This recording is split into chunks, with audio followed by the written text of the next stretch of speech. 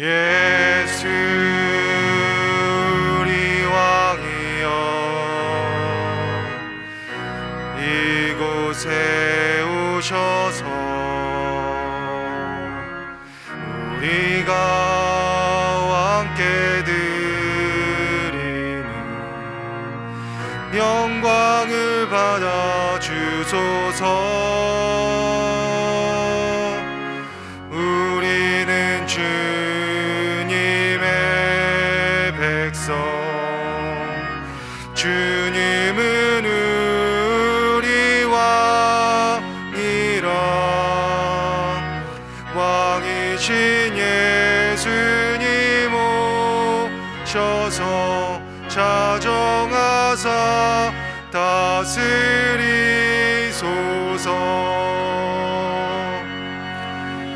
예수 우리 주시여, 이곳에 오셔서 우리가 주께 드리는 찬양을 받아 주소서. 우리는 주님의 종들, 주님은 우리 주시라. 주 대신 예수님 오셔서 이 찬양을 받아주소서.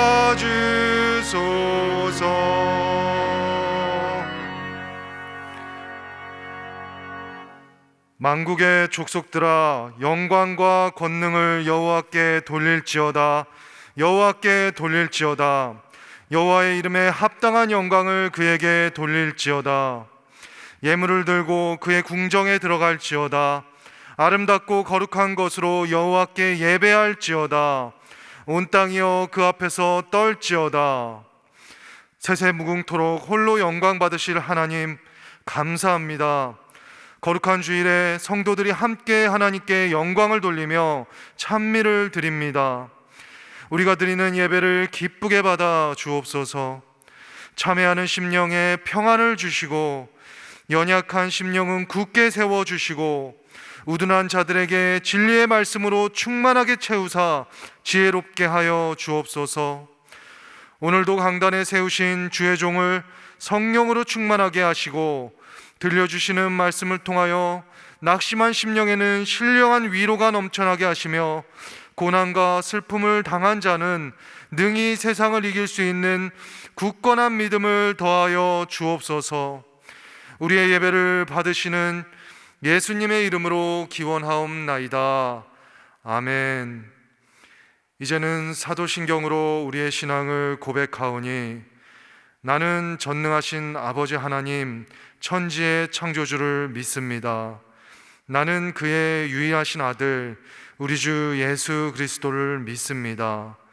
그는 성령으로 잉태되어 동정녀 마리아에게서 나시고 본디오 빌라도에게 고난을 받아 십자가에 못 박혀 죽으시고 장사된 지 사흘 만에 죽은 자 가운데서 다시 살아나셨으며 하늘에 오르시어 전능하신 아버지 하나님 우편에 앉아 계시다가 거기로부터 살아있는 자와 죽은 자를 심판하러 오십니다. 나는 성령을 믿으며 거룩한 공교회와 성도의 교제와 죄를 용서받는 것과 몸의 부활과 영생을 믿습니다. 아멘.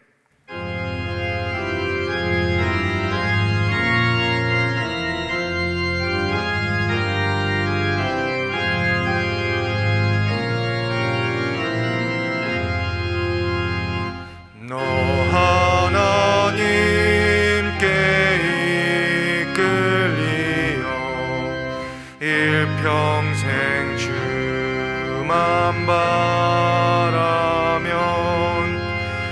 너 어려울 때 힘 주시고 언제나 지켜주시리. 주 크신 사랑 믿는 자 그 반석 위에 서리라. 너 설레는 맘 가다듬고 희망 중 기다리면서 그 은혜로우신 주의 뜻과 사랑에 만족하여라. 우리를 불러주신 주 마음에 소원하신다.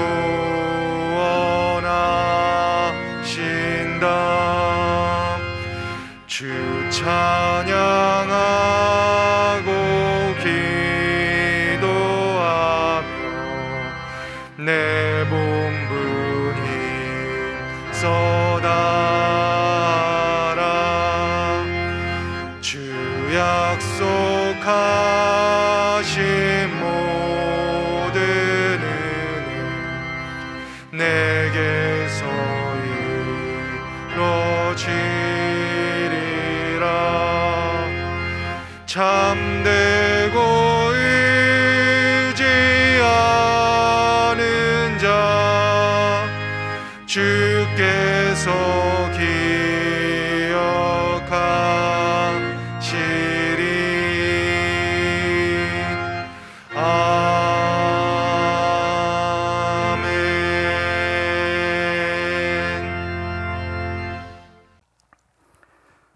천지와 모든 만물을 창조하시고 사랑과 공의로 다스리시는 만군의 여호와 하나님, 위대하심과 권능과 영광과 승리와 위엄이 다 주께 속하였사옵니다.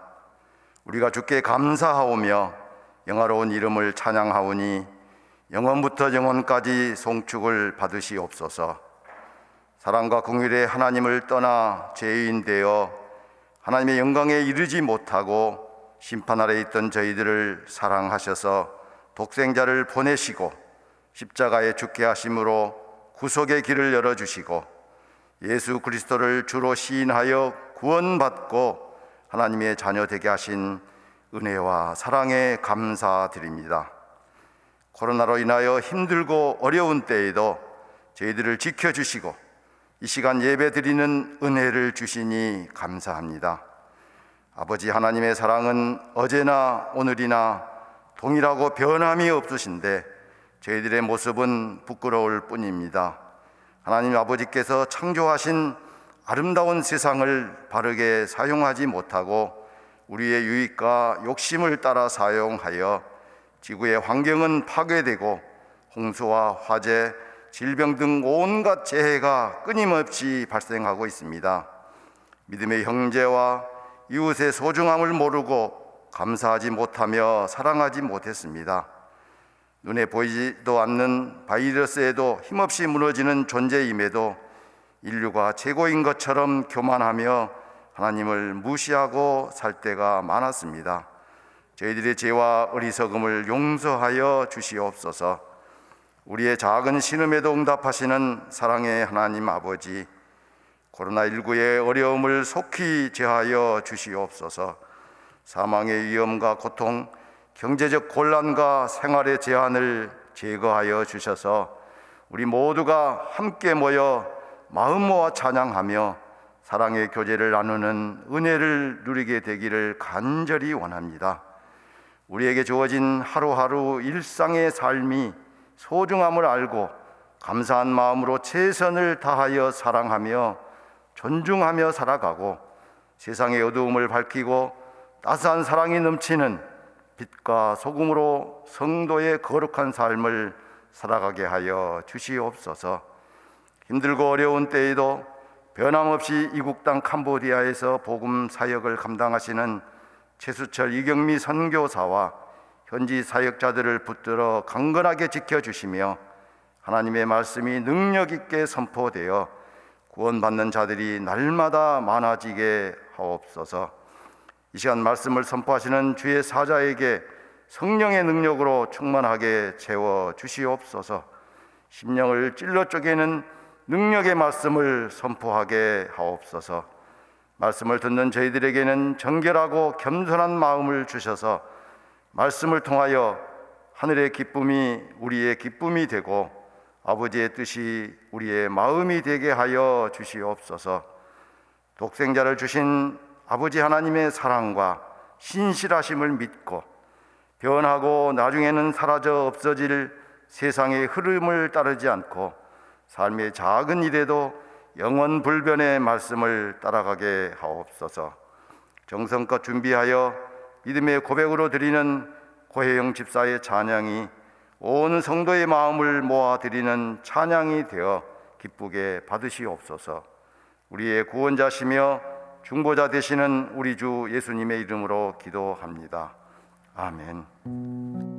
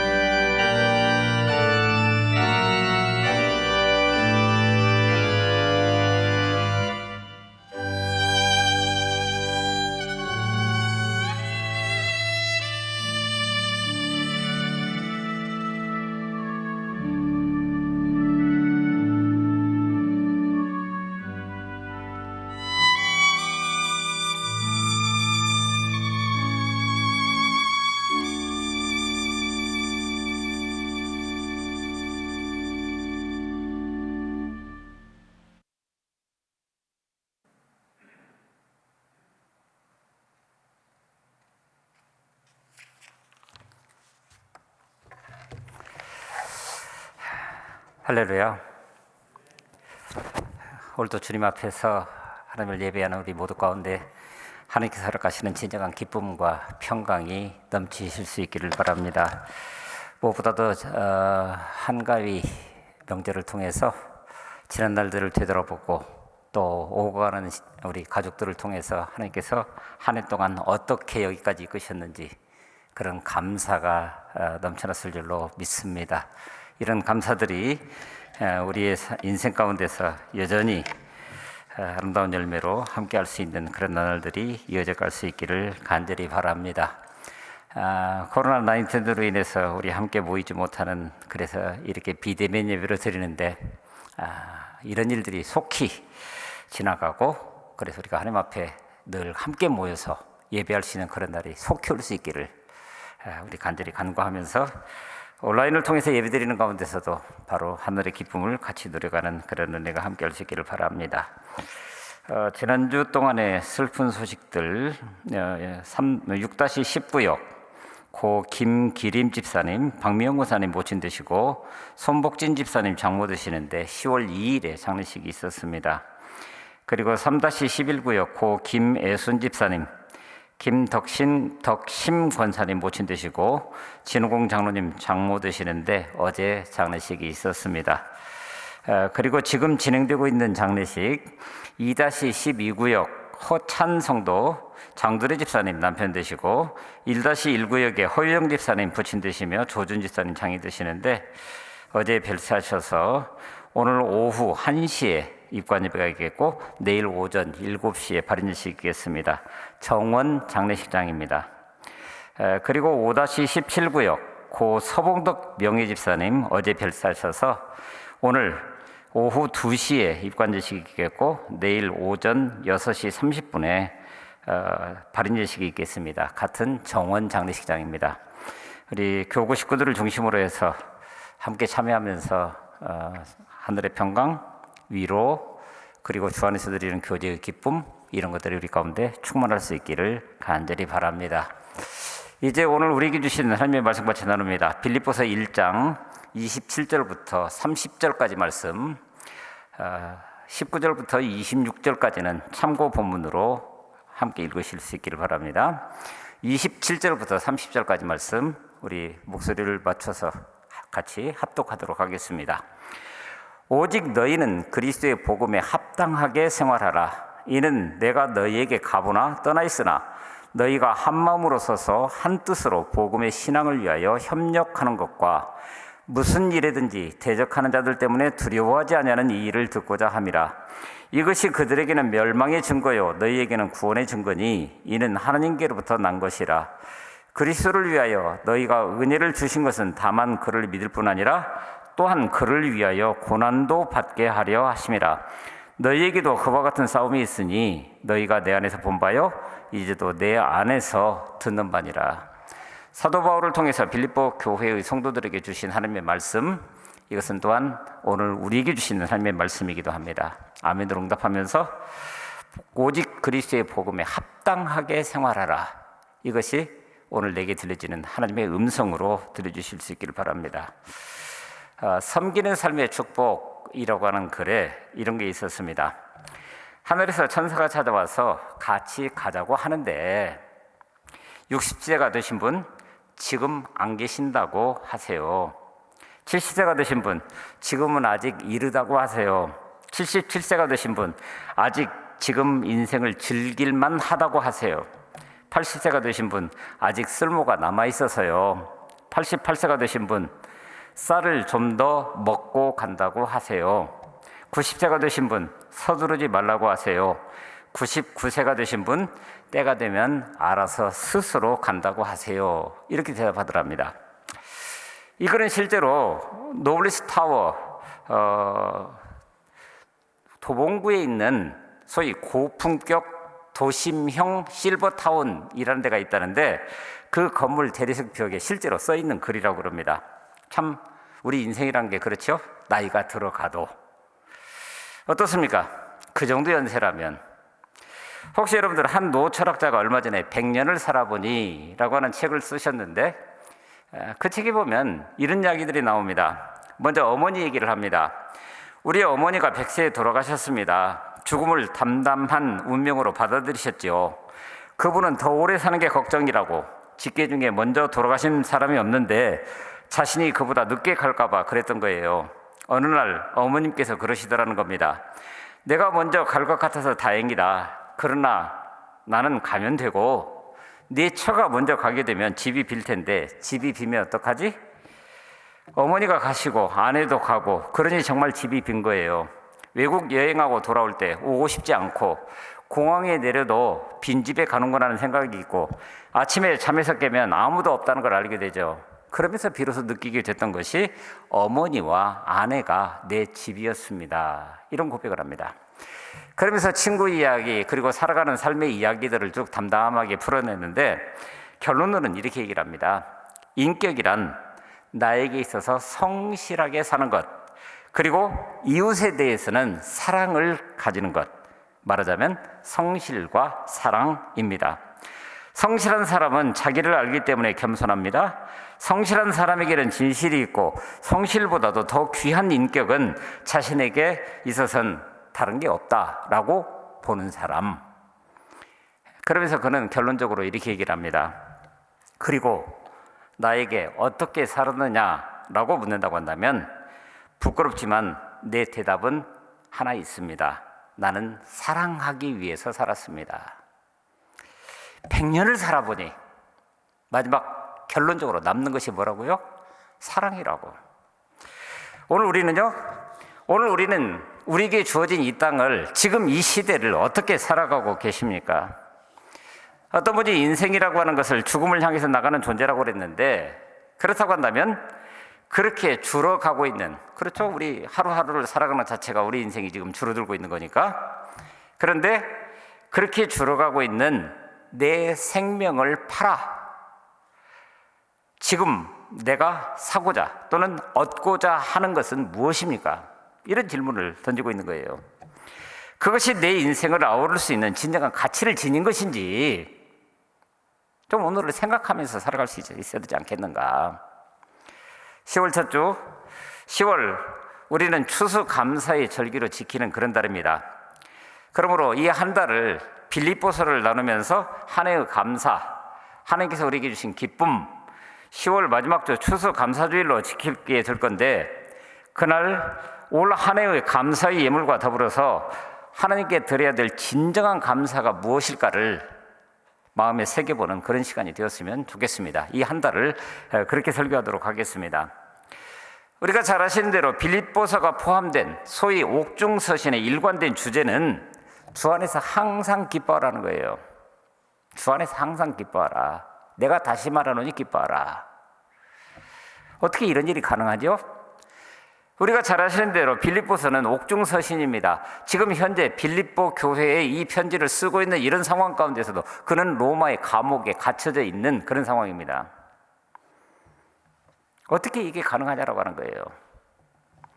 그런데 놀랍게도 오늘 본문에서는 이렇게 시작합니다. 19절 말씀 같이 보실까요? 이것이 너희의 간구와 예수 그리스도의 성령의 도우심으로 나를 구원에 이르게 할 줄 아는 거로. 내가 안다는 거예요. 내가 아는 게 있다라고 하는 거예요. 여러분, 사도 바울이 빌립보 교회에 편지를 쓰는 곳은 감옥이었습니다. 지금 그는 로마 법정의 판결을 기다리고 있습니다. 그야말로 삶과 죽음의 교차로에 놓여 있습니다. 살지 죽을지 모르는 그런 상황입니다. 그저 판단하는 사람의 말 한마디에 따라서 내 인생이 그렇게 되는 상황인데, 그런데 놀랍게도 오늘 본문 특별히 1장 전체를 쭉 읽어가다가 보면 그는 자신의 삶과 죽음이 로마 법정의 판결에 달린 것처럼 두려워하지 않고 있다고 하는 거예요. 떨지 않았습니다. 오히려 간절한 기대와 소망이 불타오르고 있는 그런 모습을 지금 보고 있는 거예요. 그게 20절, 21절 아닙니까? 우리 같이 볼까요? 나의 간절한 기대와 소망을 따라 아무 일에든지 부끄러워하지 아니하고 지금도 전과 같이 온전히 담대하여 살든지 죽든지 내 몸에서 그리스도가 존귀하게 되게 하려 하나니 이는 내가 사는 것이 그리스도니 죽는 것도 유익함이라. 여러분, 이게 말이 되는 이야기입니까? 내게 사는 것이 그리스도니 죽는 것도 유익함이라고요? 사실 사도 바울이 처음 감옥에 갇혔을 때 자신의 정체성, 바로 이방인을 위한 사도로 부름을 받아서 일생일대의 사명이라고 여겼었던 복음을 전하는 그 일이 일순간에 막혀버리면서 만사가 멈춰진 것 같아 버리고 모든 것이 무너진 것 같은 그런 삶이 실제로 그에게 있었습니다. 그야말로 실망하고 좌절할 수밖에 없었던 그런 상황. 그런데 어느 순간 막히고 무너진 것 같은 복음 전파가 여전히 이루어지고 있다고 하는 것을 발견하게 됩니다. 자신을 관리하는 간수와 로마의 군인들, 그리고 여러 모양으로 잡혀온 많은 사람들이 바울을 통해서 복음을 전해 듣고 있더라는 거예요. 뿐만 아니라 바울이 감옥에 갇혀 있으며 안타까워했던 성도들이 바울을 대신해서 복음을 전하고 있는 그런 모습들이 들려오기 시작한 겁니다. 어떤 사람은 바울의 사역에 동참하는 선한 마음으로 그 일을 하기도 했고, 어떤 사람은 이런 기회에 바울의 주도권을 빼앗아서 자기들이 드러나기를 원하는 마음에 복음을 전하는 그런 사람들도 있었고, 심지어는 이렇게 하면 바울의 마음을 괴롭게 할 수 있겠다라고 하는 그런 마음으로 하는 그런 사람도 있었다는 거예요. 그런데 사도 바울은 그 모든 상황들을 바라보면서 이렇게 하든 저렇게 하든 전파되는 것은 그리스도니 이것은 기뻐할 일이라고 그렇게 얘기를 합니다. 그래서 자신에게 주어진 그 길을 다 가고, 그래서 지금 이제 삶과 죽음의 기로에 서 있는 사도 바울이 고백하는 것은 이것이죠. 21절입니다. 이는 내게 사는 것이 그리스도니 죽는 것도 유익함이라. 살든지 죽든지 그리스도가 내 몸을 통해서 위대하게 되시기를, 그야말로 복음이 이 땅 가운데 아름답게 펼쳐져 나감으로 인해서 더 많은 사람들이 예수를 믿게 되고 그로 인해서 하나님께 영광 돌려드리는 그런 일들이 내게 진정한 기쁨이라고 이야기를 하고 있는 겁니다. 그러니 지금 사도 바울은 이제는 하나님 품에 안기는 것을 더욱더 소망했을지도 모릅니다. 사실 믿음의 사람의 마지막이 그런 것 아니에요? 오늘 인생이라고 하는 것이 노쇠해져 가고 나이 들어가고 그러다 보면 결국 끝납니다. 그런데 적어도 믿음을 가진 오늘 우리라고 한다면 죽어도 산다. 그리고 죽음이라고 하는 것이 땅속에 묻히는 것 같아 보이지만 이것으로 끝나는 것이 아니라 하나님 품 안에 안기는 순간이다라고 하는 것을 마음속에 새기면서 그렇게 하루하루를 살아가고 있는 존재들인데, 그런데 사도 바울의 입장에서는 이게 더 좋은 일인 건 내가 아는데, 근데 그럼에도 불구하고 사도 바울에게는 이 땅에 살아있어야 될 충분한 이유가 있었더라는 거예요. 그게 23절과 24절입니다. 같이 보실까요? 내가 그 둘 사이에 끼었으니 하나는 삶과 하나는 죽음, 차라리 세상을 떠나서 그리스도와 함께 있는 것이 훨씬 더 좋은 일이라 그렇게 하고 싶으나 내가 육신으로 있는 것이 너희를 위하여 유익함이라. 나를 위해서가 아니라 너희를 위해서. 사도 바울에게서도 죽음은 삶보다도 훨씬 좋은 것입니다. 이 세상이 너무나 고통스러워서 죽는 것이 더 낫겠다 이렇게 말하는 것이 아닙니다. 그는 삶의 고통과 고난을 피하고 싶은 마음으로 죽음이 더 좋다 지금 이렇게 얘기하는 게 아닙니다. 엘리야처럼 이만하면 됐으니까 나 데려가 주십시오. 두려움에 사로잡혀서 죽겠다는 게 아니에요. 또 요나처럼 자존심이 상해서 차라리 죽는 게 낫다라고 하나님 앞을 향해서 삿대질을 하고 탄식하고 있는 그런 모습이 아니에요. 성서 속에 나타난 수많은 사람들이 삶의 고난에 눌려서 죽는 것이 사는 것보다 훨씬 낫겠다라고 고백하는 그런 모습들 얼마든지 볼 수 있습니다. 그러나 사도 바울의 고백은 그것이 아니었습니다. 여전히 이 땅에 남아있는 자들에 대한 소망입니다. 복음이 더욱더 풍성해지도록 하는데 자신을 드리고자 하는 마음의 다짐입니다. 24절 초반부에 보면은 내가 육신으로 있는 것이 너희를 위하여 더 유익하리라 이렇게 말합니다. 그런데 이것을 더 쉬운 성경인 우리말 성경으로 보면 그러나 내가 여러분을 위해 육신에 머무는 것이 더 필요하다고 생각합니다. 스스로의 판단을 그렇게 얘기를 하고 있습니다. 사도 바울은 죽음이 삶보다 훨씬 더 좋은 것인데 왜요? 하나님 품 안에 안기는 일이니까. 그런데 죽지 않고 더 살아야 할 이유를 자신이 더 필요한 부분이 있다라고 하는 것. 바로 그렇게 살아있어야 할 이유는 빌립보 성도들의 믿음의 진보와 그러므로 그들이 누릴 수 있는 하나님께서 허락하신 기쁨, 그것 때문에 내가 살아야 할 충분한 이유가 있다는 거예요.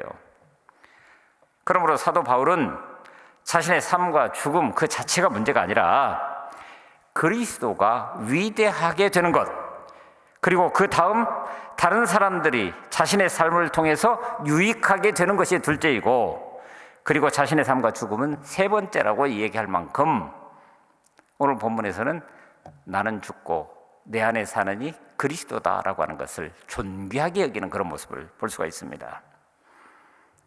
그래서 사도 바울은 27절에서 오직 너희는 그리스도의 복음에 합당하게 생활하라 라고 권면하고 있는 것을 보게 됩니다. 사도 바울이 사는 이유는 빌립보 교회의 성도들이, 그리고 이 말씀을 있는 그대로 받아들이는 우리 모두가 바로 복음에 합당하게 살아가라, 복음에 합당하게 살아갈 수 있도록 오늘 우리를 돕기를 원했다라고 하는 겁니다. 그렇다면 사도 바울이 얘기하고 있는 복음에 합당한 삶이라고 하는 것은 도대체 무엇입니까? 어떤 규칙, 규율 또는 제도를 만들어서 해야 될 것과 하지 말아야 될 것을 가르고, 그러므로 인해서 내 삶이 한 방향으로만 나아가도록, 물론 그것도 대단히 중요해 보이기는 합니다. 그런데 그런 걸까요? 이를테면 사도 바울은 고린도전서 8장에 보게 되면은 이런 말씀을 하십니다. 그러므로 만일 음식이 내 형제를 실족하게 한다면 나는 영원히 고기를 먹지 아니하여 내 형제를 실족하지 않게 하리라, 이렇게 말씀합니다. 그 말씀의 배경을 보면 이렇습니다. 바울 당시에 사람들이 먹는 고기는 대부분 신전 제사에 사용되어 있었던 그런 고기들이었습니다. 그리고 제사한 다음에 시중으로 나와서 그것이 팔렸기 때문에 시중에 나가서 사는 고기는 어느 가정에 가서 먹는 고기도 대부분 신전에서 제사한 후에 나오는 그런 고기.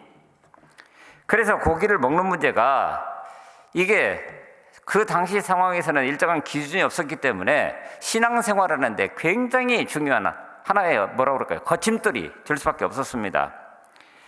물론 사도 바울은 신앙적으로는 문제가 될 게 없다라고 한 것이 바로 신전 제사라고 하는 것 자체는 우상에게, 그러므로 우상은 헛것이라는 것을 알기 때문에 그 우상에게 바쳤다라고 하는 것 자체가 사실은 아무 의미가 없는 거다. 그저 하나님께서 주신 것이니까 그냥 아름답게 먹으면 된다, 이렇게 얘기를 했는데, 그런데 과거 다른 신에게 제사하고 그 음식을 먹으면서 그들 나름대로 이걸 먹을 때 신에게 드려진 것이기 때문에 신의 은총, 신의 어떤 기운이 내게 임한다라고 생각했던 수많은 사람들, 지금은 예수를 믿고 교회에 나와 있지만 이런 것들이 거침돌이 되었다라고 하는 거예요. 그러니 지금은 믿음을 가지고 있으면서도 큰 고민거리가 아닐 수가 없었습니다. 그래서 사도 바울 입장에서는, 그리고 우리 모두의 입장도 마찬가지지만, 사실은 고기가 어떤 고기든 간에 그것을 먹는 것이 문제가 되지 않지만, 그러나 그 누군가가, 그야말로 믿음이 연약한 그 누군가가 이로 인해서 시험을 들게 된다면 어떻게 하겠냐라고 하는 거예요. 그래서 나는 그 믿음이 약한 형제를 위해서 고기를 아예 먹지 않겠다. 고기 자체가 영적으로 문제가 있고 없고 이런 문제가 아니라, 여러분, 이런 것들이 오늘 우리에게는 혹 술이나 담배가 그럴 수 있습니다. 혹여나 우리 지체 중에 누군가가 시험에 들 일이 있다고 한다면 이런 것도 조심해야 됩니다. 물론 성경 전체적인 근거를 통해서 그거 하지 않는 게 좋습니다. 그런데 우리 교회의, 초대 교회의 역사를 보게 되면은 이렇게 살인문에 예배를 드리러 들어가면서 그 양반들이 장죽을 물고 오잖아요. 그런데 그것을 그 살인문에다 다 이렇게 꽂아놓고 들어가서 예배드리고 나와서 자기 걸 찾아가고, 이런 역사적 기록들이 있더라고요. 그러니까 하나님 앞에 설 때는 왠지 이런 것들이 하지 말아야 될 것처럼, 그래서 들어갈 때는 다 걸어놓고 꽂아놓고, 그리고 들어가서 나와서는 다시 삶으로 돌아가면서 이랬던 그런 모습들이 있는데, 이런 것들이 율법은 아니라는 얘기예요. 그리스도를 믿는 우리의 믿음의 양상에 도움이 되느냐, 오늘 우리를 거룩하게 하느냐, 덕을 쌓아가는 일이냐라고 하는 이런 문제에서 이게 문제가 되는 것이지, 이것이 율법적인 거나 제도적인 문제나 이런 건 아님에도 불구하고 오늘 우리에게 그럴 수 있는 부분들이 있다라고 하는 거예요. 그렇다고 한다면 여기 그리스도의 복음에 합당하게 생활하라? 이게 뭐예요 도대체? 근데 생활하라라고 하는 그 단어를 찾아보니까 놀랍게도 시민답게 살라라고 하는 그런 뜻을 가지고 있더라는 거예요. 시민답게 살라. 사도 바울이 이렇게 얘기를 했을 때 빌립보 교회의 성도들은 이 말이 무엇을 말하는 것인지 금방 깨달아 알았을 것입니다. 그도 그럴 것이, 원래 빌립보는 알렉산더 대왕의 아버지인 빌립 왕에 의해서 세워진 도시입니다. 그래서 그 도시 이름을 따 빌립보라고 불렀습니다. 사도 바울은 제2차 선교 여행 때 이 빌립보에 오게 되었고 마침내 유럽에서 제일 처음 교회를 세우는데 이것이 빌립보 교회였다고 하는 거예요. 그런데 이 빌립보는 사도행전 16장 12절에 보니까 이는 마게도냐 지방의 첫 성이요 또 로마의 식민지라 이렇게 표현하고 있습니다. 식민지라고요? 우리가 서양사에서 배웠었던 콜로니라고 하는 대장원이라고 하는 것이 그 로마의 경제를 지탱해가는 그런 틀이었습니다. 그러다 보니 전쟁이나 또는 그 어떤 공을 세운 사람들에게는 이 콜로니 대장원을 나누어져서 전쟁에서 얻어온 노비들, 노예들 이런 사람들을 중심으로 해서 농업을 경영하는 것이 그들의 삶 전체였습니다. 그런데 워낙 전쟁이 많고 또 로마가 확장 정책을 취하다 보니까 공을 세운 사람들이 많아서 로마 자체에는 더 이상 땅을 나눠줄 수가 없게 된 그런 상황이 되는 겁니다. 그래서 새롭게 세워진 곳이 로마의 식민지로서 바닷가 휴양지 바로 빌립보 지역이 로마의 첫 번째 식민지로 자리하게 되는 것을 보게 됩니다. 그러니 거기에서 땅을 하사받게 된 주로 로마의 귀족들은 비록 자신들의 몸은 로마가 아니라 빌립보에 있지만 라틴어를 사용하면서 로마인으로서의 품격과 신분을 지키려고 애를 썼습니다. 심지어는 도시를 건설하는 것이나 먹는 것, 입는 것, 심지어는 파티나 유흥을 즐기는 것까지 다 로마에 살고 있었던 그때와 똑같이 했다고 하는 거예요.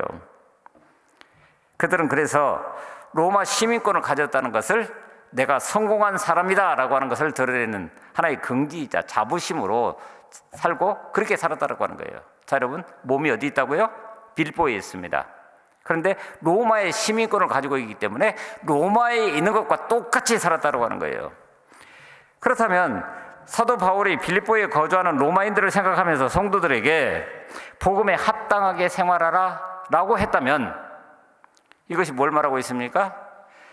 우리는 빌립보서 3장 20절에서 이런 말씀을 발견하게 됩니다. 그러나 우리의 시민권은 하늘에 있는지라. 뭐라고요? 오늘 우리 몸은 여기 있습니다.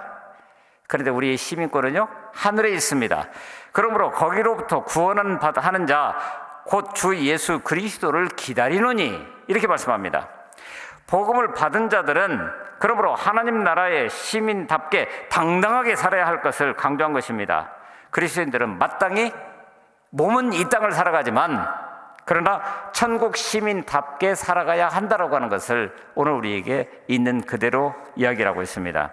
그러니 복음에 합당하게 생활한다라고 하는 것은 사도 바울의 고백 그대로 내 안에 사는 그리스도가 곧 복음이고, 그러므로 그 고백대로 사는 것이 바로 복음에 합당한 생활이다, 이렇게 정의할 수 있을 것입니다. 여러분, 오늘 우리도 마찬가지 아닙니까? 사도 바울처럼 내게 사는 것이 그리스도니 라고 고백한다면 내 안에 사는 그 이로 말미암아서 그리스도 중심으로 내가 이 땅을 살아갈 수밖에 없지 않습니까? 그러므로 지금 빌립보 교회가 처한 상황 속에서 그 무엇보다도 바로 이 일을 위해서는 29절에 있는 말씀 그대로 그리스도를 위하여 너희에게 은혜를 주신 것은 다만 그를 믿을 뿐 아니라 또한 그를 위하여 고난도 받게 하려 함이니라. 자, 여러분, 내게 사는 것이 그리스도니 라고 하는 고백을 가지고 이 땅을 살아간다고 한다면 반드시 고난이 따라오게 마련입니다. 왜요? 이 세상은 예수 그리스도의 주권과 그 다스림을 인정하지 않기 때문입니다. 이 세상에서 내게 사는 것이 그리스도니 라고 한다면 그리스도에 대해서 대적하는 사람들이 가만히 놔둘 리가 없습니다.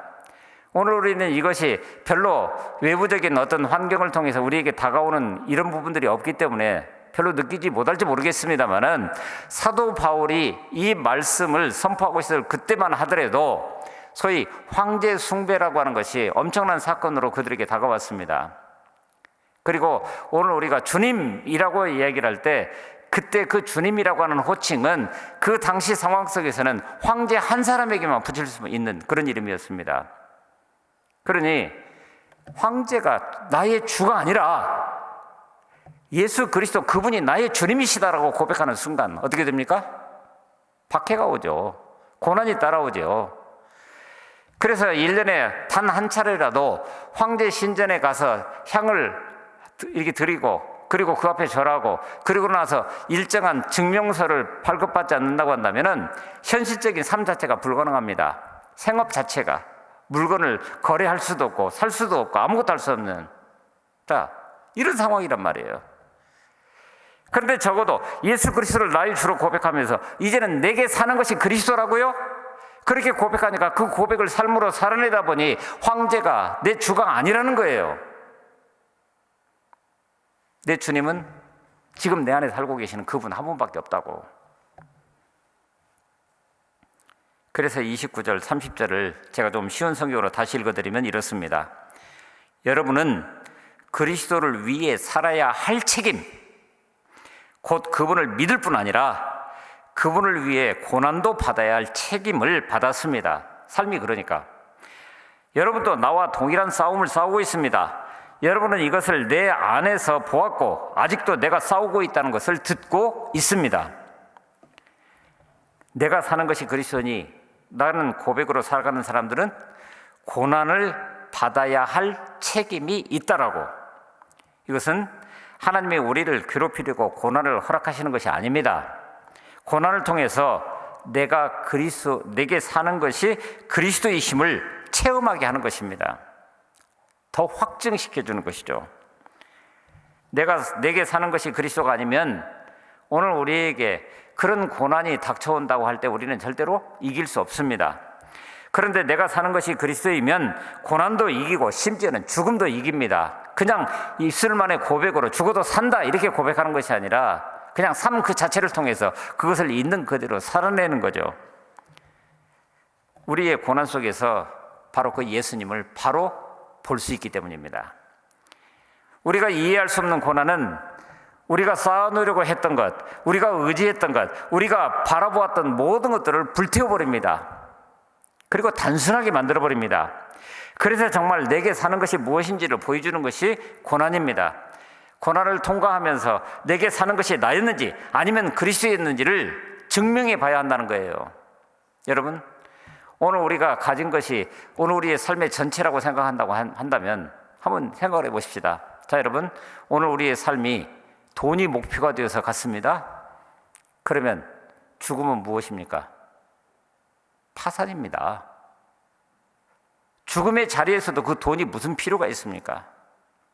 여러분, 만일에 내가 어떤 명예를 위해서 오늘 우리의 삶을 전심 전력을 다해서 추구하고 그쪽을 향해서 지금 나아가고 있다고 한다면, 그런데 그 한순간에 우리에게 죽음이 다가온다고 한다면 그 명예가 무슨 의미가 있어요? 무너짐입니다. 그렇게 되면. 그런데 놀랍게도 오늘 우리는 내게 사는 것이 그리스도니 이것을 고백하는 순간 오늘 우리가 귀하다고 여기면서 내 손에 붙잡고 있었던 모든 것들이 다 내려놓치면서 오직 그리스도만이 존귀케 되는, 그러다 보니 역설적이게도 죽음 앞에서도 죽어도 산다. 그리고 이것이 영원히 사는 길이다 라고 하는 것을 고백하면서 그렇게 하나님 앞에 설 수 있게 되는 것입니다. 사도 바울은 좋은 것과 더 필요한 것 사이에 끼어 있다라고 얘기를 합니다. 좋은 것은 지금 내가 주 앞에 가는 것이 오히려 더 좋은 것이다. 그런데 더 필요한 것, 그것은 너희들이 복음의 진보를 이루어가면서 하나님께서 허락하신 그 기쁨을 더 아름답게 사랑할 수 있도록 옆에서 도와야 한다는 거예요. 그는 자신에게 더 좋은 죽음을 통해서 그리스도와 함께 사는 삶을 간절히 소망했습니다. 그러나 동시에 자신에게 더 필요한 삶을 통해서 성도들을 섬기기로 작정을 했습니다. 만일 그가 더 좋은 것을 소망하지 않고 더 필요한 것만 소망한다면 현실에 파묻혀서 방향을 잃어버렸을지도 모릅니다. 만일 더 필요한 것을 소망하지 않고 더 좋은 것만을 소망한다면 무책임하고 비현실적이고 이 세상에서 내게 주어진 그 몫이라고 하는 것은 아무것도 아닌 것처럼 그렇게 될 수도 있습니다. 그러나 오늘 우리가 하나님의 나라를 사모한다라고 하는 것은 이 세상에서 사는 것이 힘들어서가 아닙니다. 이 세상에서 사는 것이 힘들다 할지라도 이 세상에서 살아야 할 이유가 있습니다. 고난 속에서도 살아야 할 이유가 있습니다. 병을 이길 이유가 있습니다. 왜냐하면 더 필요한 것이 있기 때문에 누군가를 섬기고 누군가의 믿음의 진보를 이루고 고난 속에서 그러므로 그 그리스도가 존귀하게 되면서 내가 지금 겪고 있는 그 고난을 통해서도 바로 예수 그리스도가 이 땅 가운데 더 아름답게 드러나기를 원하는 그런 마음이 사도 바울에게 그리고 오늘 이 자리에 선 우리 모두에게 함께해야 한다라고 하는 거예요. 여러분, 오늘 우리가 지금 사도 바울이 이야기하고 있는 그리고 빌립보 교회가 겪고 있는 그런 고난이 우리 가운데 있습니까? 내가 내게 사는 것이 그리스도니 라고 드러낼 수 있는 좋은 기회입니다. 우리는 더 좋은 것과 더 필요한 것 그 사이에 끼어있는 존재입니다. 더 좋은 것, 그리스도가 존귀게 되므로 그 안에 안기는 것. 그러나 오늘 우리는 더 필요한 것, 나를 더 필요로 하는 그 영역, 예수 그리스도가 존귀하게 되는 그 영역이 오늘 우리 삶을 통해서 이 땅 가운데 아름다운 열매로 드러나야 될 줄로 믿습니다. 한 형제와 교제 중인 어떤 자매가 이런 고백을 합니다. 자매를 무척 좋아했던 그 형제는 자매가 아무리 쌀쌀맞게 굴어도 한결같이 친절했다라는 거예요. 근데 어느 날 이제는 이 형제에게 좀 더 잘해줘야겠다 생각을 하고 그리고 그 형제가 원하는 방향대로 자신의 모든 것들을 다 내주게 됐습니다. 그러기를 한두 달 그러다가 보니까 갑자기 형제의 태도가 바뀌어 있는 것을 발견하게 됐습니다. 불만과 요구사항이 더 많아지더라는 거예요. 그러면서 처음에 보여주었던 그 형제의 마음 씀씀이와 긴장감이 없어지고 자신을 왠지 막대하는 것 같은 그런 느낌을 받게 되었다고 하는 거예요. 그런데 여러분, 이것은 단순히 남녀 간의 문제가 아닙니다. 인간의 가장 큰 허물은 오늘 우리가 하나님 앞에서 어떤 모습으로 지금 여기 서 있느냐라고 하는 거예요. 여러분, 하나님은 우리에게 모든 거 다 주십니다. 은혜라고 그러죠. 은총입니다. 오늘 우리가 살아가는 삶의 환경 그 자체가 오늘 우리의 믿음의 고백으로는 그렇습니다. 그런데 이런 축복이, 이런 은총이 계속되다가 보니까 그것은 더 축복이고 더 은총이 아닌 거예요. 그냥 일상사가 되어버린 거예요. 그런데 놀랍게도 이것을 당연하게 생각하면 축복이 재앙으로 바뀌는 그런 날이 오게 됩니다. 일상, 곧 매일이 같다라고 하는 것은 축복이지 불평거리가 아닙니다. 만일 평소 같은 일상이 아니면 그것은 비상 아니에요? 뭔가 문제가 있는 것 아니에요? 그것은 결코 즐겁게 맞이할 일이 아닙니다. 그러므로 일상 가운데서 하나님 주시는 평강이, 그 은혜가, 그 기쁨이 우리 가운데 끊임없이 이어져 가고 있을 때 바로 인간이 그때 해야 될 것은 그저 여기에 만족하고 이렇게 주저앉아 있는 것이 아니라 그때가 바로 하나님 앞에 서는 것이라는 거예요. 저는 그래서 신앙은 여정이라고 하는 말을 굉장히 좋아합니다. 우리가 여전히 가야 할 내 인생의 길이에요. 우리의 믿음이라고 하는 것은. 그러므로 주님 앞에 서는 그 순간까지 히브리서 12장에서 말씀하고 있는 것처럼 믿음의 주요 또 온전하게 하시는 이인 예수를 바라보자. 그는 그 앞에 있는 기쁨을 위하여 십자가를 참으사 부끄러움을 개의치 아니하시더니 하나님 보좌 우편에 앉으셨느니라. 끊임없이 하나님의 뜻을 따라 이 땅을 아름답게 살아내셨고 마지막 순간에는 하나님의 뜻을 따라 십자가에 달리셨고 사흘 만에 부활하셔서 증거가 되게 하셨고 그리고 마침내 승천하셔서 하나님 보좌 우편에 앉으셨느니라. 처음 시작하실 때 계시던 그 자리로 다시 돌아가, 그 삶 자체가 그저 일상적으로 하나님의 뜻을 추구하면서 그 뜻이 이 땅 가운데 이루어져 가는 그런 삶을 사신 분, 그게 우리 주님이시란 말이에요. 우리 마찬가지입니다. 오직 예수 그리스도의 공로를 붙잡고 달려가야 한다라고 하는 거예요. 오직 은혜가 필요하며, 그러므로 성령님께 도우심을 구하고, 그러면 그 성령님 풍성하게 오늘 우리를 이끄십니다. 무엇보다도 이것은 오늘 우리의 예배를 통해서 이루어집니다. 하나님의 말씀이 오늘 우리를 끊임없이 자극하고 우리의 인생줄을 팽팽하게 당겨주면서, 그래서 일상을 일상되게 하는 복으로 함께 하시면서 이끄신다라고 하는 거예요. 코로나로 인해서 우리가 명절을 명절답게, 또는 우리의 일상이 일상답지 않게, 또 예배드리는 것까지도 제한적으로 이루어져가고 있는 이런 속에서도, 그러나 중요한 것은 바로 내가 서 있는 그 자리가 믿음의 주요 또 온전케 하신 이인 예수를 바라보는 그 자리, 그게 예배의 자리입니다. 이처럼 예배와 말씀 묵상과 기도로 우리의 일상을 꾸려나갈 때, 그동안 당연하게 생각했던 중 정말로 당연한 것은 사실 아무것도 없었다고 하는 것을, 그야말로 모든 것이 은혜였던 것을 깨닫게 되면서 내일로 향해서 나아가는 그런 지혜를 얻게 될 것입니다. 친구 두 사람이 아내에게 꽃을 선물하기 위해 꽃가게에 들어갔습니다. 그런데 이 두 사람이 꽃가게에서 이런 논쟁을 하게 됐답니다. 꽃을 선물하면 꽃을 사는 사람이 행복할까, 아니면 꽃을 받는 사람이 행복할까? 어느 쪽입니까? 꽃을 주는 사람, 사는 사람, 꽃을 받는 사람. 근데 둘 사이에 결론이 나지 않자 꽃가게 주인에게 물었습니다. 누가 더 행복할 것 같습니까? 그랬더니 꽃가게 주인이 빙그레 웃으면서 꽃을 판 제가 제일 행복하지요, 그러더랍니다. 여러분, 이 땅 행복하게 살아가는 것은 그런 것입니다. 복음에 합당하게 살아가라고요? 하늘나라 시민권을 가진 사람, 비록 몸은 이 땅을 살아가지만 바로 그 시민권을 가진 사람답게 기쁨으로 아름답게 순종하면서 살아가는 것, 우리가 복음에 합당하게 살아가면 바로 하나님이 제일 기뻐하신다라고 하는 것을 알면서 살아가는 것입니다. 복음에 합당하게 살아가려고 힘쓰십니까?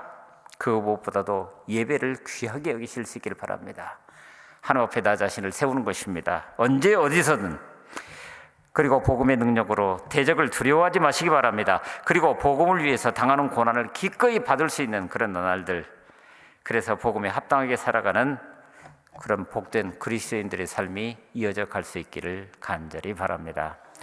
이제 우리 모두 그 자리에서 일어나셔서, 우리 온라인을 통해서 예배드리는 우리 모든 가족들도 그 자리에서 함께 일어나셔서 복음에 합당하게 살아가라, 사도 바울이 오늘 우리에게 주신 바로 하나님의 말씀 마음속에 간직하면서 우리의 다짐을 하나님 앞에 올려드리겠습니다.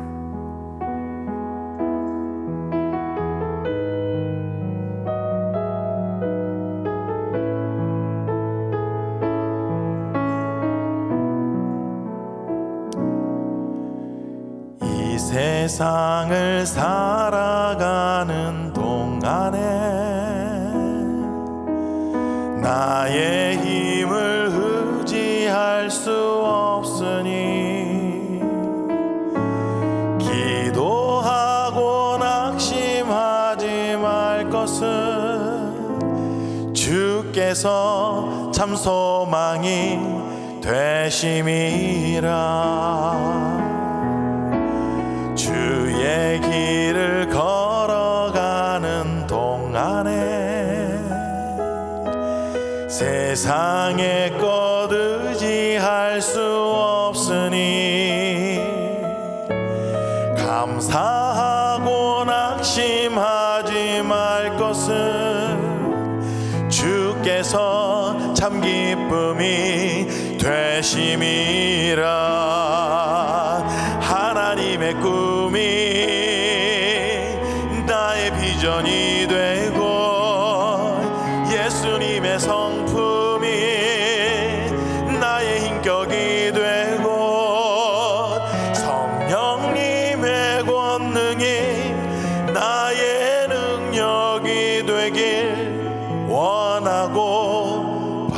바라고 기도합니다.